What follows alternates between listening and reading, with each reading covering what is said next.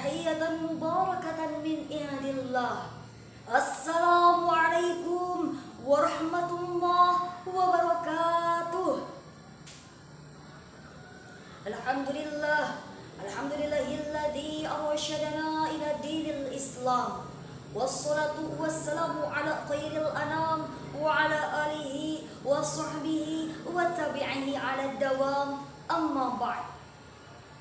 Yang terhormat Ketua PCNU Gunung Sitoli, yang saya hormati para dewan juri, yang saya cintai para sahabat dai, mudah-mudahan kita semua senantiasa Allah berkahi. Amin ya Allah, amin ya rabbal alamin. Pergi ke pasar membeli teri dimakan di siang hari. Perkenalkan, saya Anissa Ulandari akan berpidato tentang mencintai NKRI. Ikhwan wal akhwat rahimakumullah. Agama Islam adalah agama yang secara empiris telah terbukti ikut andil dalam merebut dan mempertahankan NKRI. 22 Oktober 1945, Kiai Kebanggaan Nahdlatul Ulama Hadratus Syekh Kiai Haji Hashim Asy'ari menyeru panggilan jihad fisabilillah, yakni dengan mengeluarkan fatwa hubbul waton minal iman. Mencintai tanah air adalah sebagian dari iman. Maka bersatulah para santri, kiai, ulama memperjuangkan kemerdekaan NKRI dengan semangat membara di dalam diri, tetap berani walaupun tetesan darah harus jatuh ke bumi. Hal ini demi mewujudkan bahwasannya NKRI adalah harga mati. Namun di zaman sekarang ini, wujud rasa cinta kita pada negeri bukanlah dengan peperangan, bukan pula dengan perpecahan, bukan pula dengan perpecah belahan, melainkan dengan mengamalkan firman Allah Subhanahu wa taala dalam surah Al-Imran ayat 103. A'udzu billahi minasyaitonir rajim. Bismillahirrahmanirrahim. Wa'tasimu bihablillahi jami'an wa la tafarraqu. Dan berpegang teguhlah pada tali agama Allah dan janganlah kalian berpecah belah. Mengapa harus demikian? Kita lihat saja realita keadaan.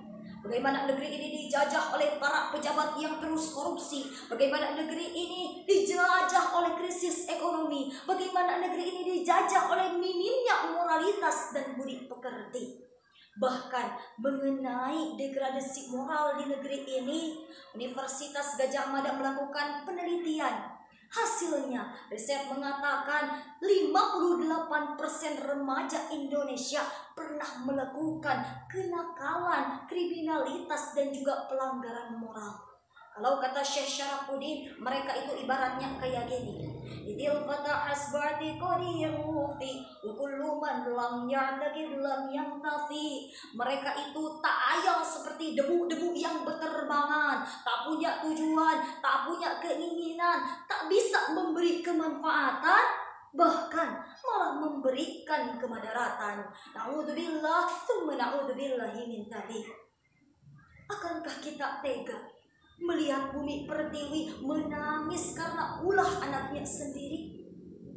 Maka dari itu, sebagai generasi muda, sudah sepatutnya kita berperan dalam pembangunan bangsa. Mari kita jadikan Islam sebagai pondasi diri, menaungi Islam dengan sepenuh hati, mengayomi negeri ini, juga menjaga persatuan dan kesatuan negeri ini.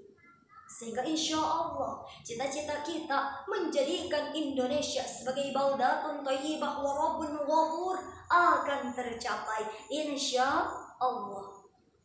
Ikhwan wal akhwat rahimakumullah.